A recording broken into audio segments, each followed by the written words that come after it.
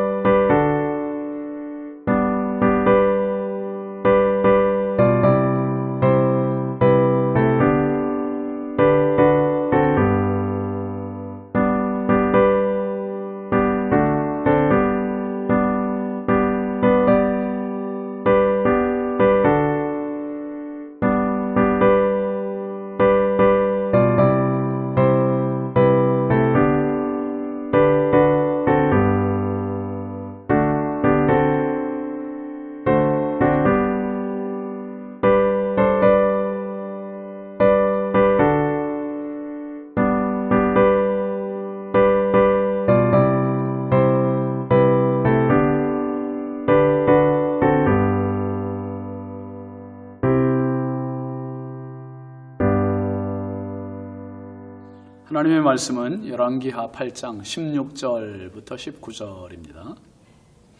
이스라엘의 왕 아합의 아들 요람 제5년에 여호사밧이 유다의 왕이었을 때에 유다의 왕 여호사밧의 아들 여호람이 왕이 되니라. 여호람이 왕이 될 때에 나이가 32세라. 예루살렘에서 8년 동안 통치하니라. 그가 이스라엘 왕들의 길을 가서 아합의 집과 같이 하였으니 이는 아합의 딸이 그의 아내가 되었음이라. 그가 여호와 보시기에 악을 행하였으나 여호와께서 그의 종 다윗을 위하여 유다 멸하기를 즐겨하지 아니하셨으니 이는 그가 그의 자손에게 항상 등불을 주겠다고 말씀하셨음이더라. 아멘. 오늘 말씀 제목은 악영향입니다. 악영향.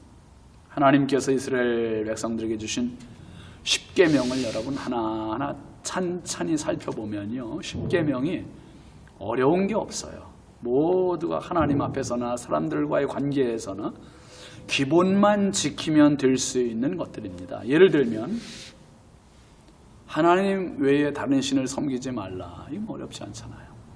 하나님의 이름을 망령되이 일컫지 말라. 우상을 만들지 말라. 안식일을 기억하여 거룩히 지키라. 이게 너무 어려운 거 아니에요. 내 부모를 공경하라. 도둑질하지 말라. 살인하지 말라. 간음하지 말라. 거짓말하지 말라. 이게 다 기본입니다. 기본. 유치원에서 배울 수 있을 만한 그런 것들이에요. 참 굳이 많이 애쓰지 않아도 지킬 수 있는 내용들입니다. 왜 어렵습니까? 우리의 욕심 때문에, 교만 때문에, 우리의 죄성 때문에 그게 어려운 거지, 하나님만 바라보고 있으면 정말 어려운 게 하나도 없는 것들입니다. 그래서 모세는 마지막 축복과 유언의 장면에서 후손들에게 이런 이야기를 했잖아요. 신명기 30장 11절부터 14절까지 말씀 보면 내가 오늘 네게 명령한 이 명령은 네게 어려운 것도 아니요 먼 것도 아니라 하늘에 있는 것이 아니니 네가 이르기를 누가 우리를 위하여 하늘에 올라가 그의 명령을 우리에게로 가지고 와서 우리에게 들려 행하게 하려 할 것이 아니요 이것이 바다 밖에 있는 것이 아니니 네가 이르기를 누가 우리를 위하여 바다를 건너가서 그의 명령을 우리에게로 가지고 와서 우리에게 들려 행하게 하려 할 것도 아니라 오직 그 말씀이 내게 매우 가까워서 내 입에 있으며 내 마음에 있은즉 네가 이를 행할 수 있느니라. 하나님의 명령은 어려운 게 아니래요. 멀리 있는 것도 아니래요. 하늘에 있는 것도 아니고 바다 건너에 있는 것도 아니고 너무너무 가깝고 쉽다. 그렇게 말씀하고 있습니다.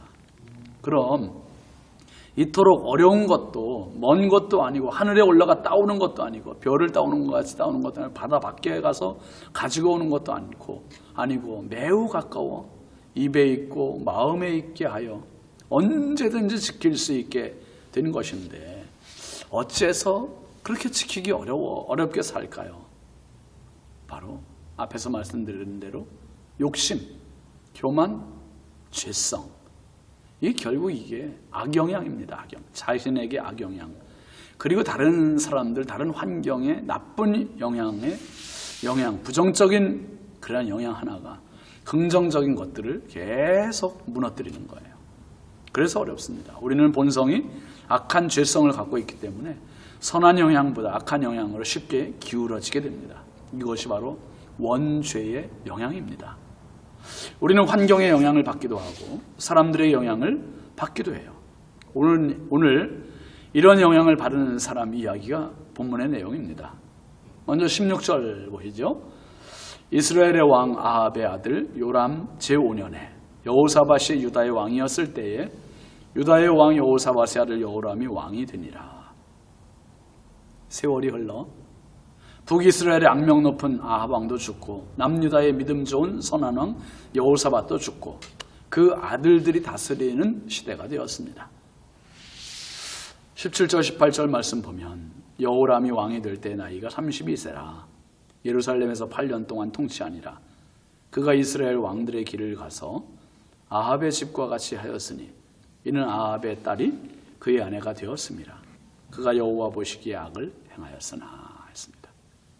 여호사밧 왕의 아들 여호람이 32살의 왕이 되었는데 그는 분명히 남유다의 왕이에요. 남유다의 왕인데 성경은 뭐라 했습니까? 그가 이스라엘 왕들의 길을 가서 아합의 집과 같이 하였으니 라고 합니다. 도대체 왜 유다의 왕이 이스라엘의 왕처럼 악행을 저질렀냐 이 말이죠. 바로 뒤에 답이 있는데요.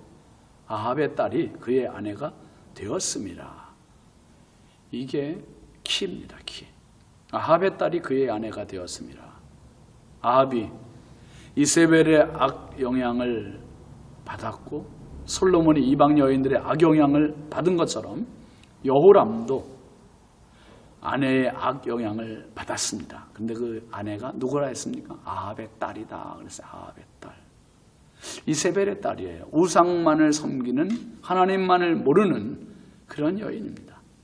여러분, 누구를 가까이 하느냐가 너무너무 중요한 거예요. 아무리 선하게 가려고 해도 옆에 있는 사람이 악한 사람이면 그 영향을 직접 간접적으로 받게 되어 있어요. 오죽하면 친구 따라 강남 간다는 말이 있잖아요. 친구의 영향을 다 받을 수밖에 없습니다. 그럼에도 다행인 것은 유다가 멸망하지 않았다는 것입니다. 19절 보시면 여호와께서 그의 종 다윗을 위하여 유다 멸하기를 즐겨하지 아니하셨으니 이는 그와 그의 자손에게 항상 등불을 주겠다고 말씀하셨음이더라. 하나님은 다윗을 생각하셔서 다윗의 자손에게 항상 등불을 주겠다는 약속을 지키기 위해 멸하지 않으셨습니다. 얼마나 다행이고 얼마나 감사한 일입니까? 예수님께서 마태복음 16장에 보면 이렇게 말씀하세요. 어찌 내 말한 것이 떡에 관함이 아닌 줄을 깨닫지 못하느냐. 오직 바리새인과 사두개인들의 누룩을 주의하라 하시니. 누룩, 부풀게 하는 효소입니다.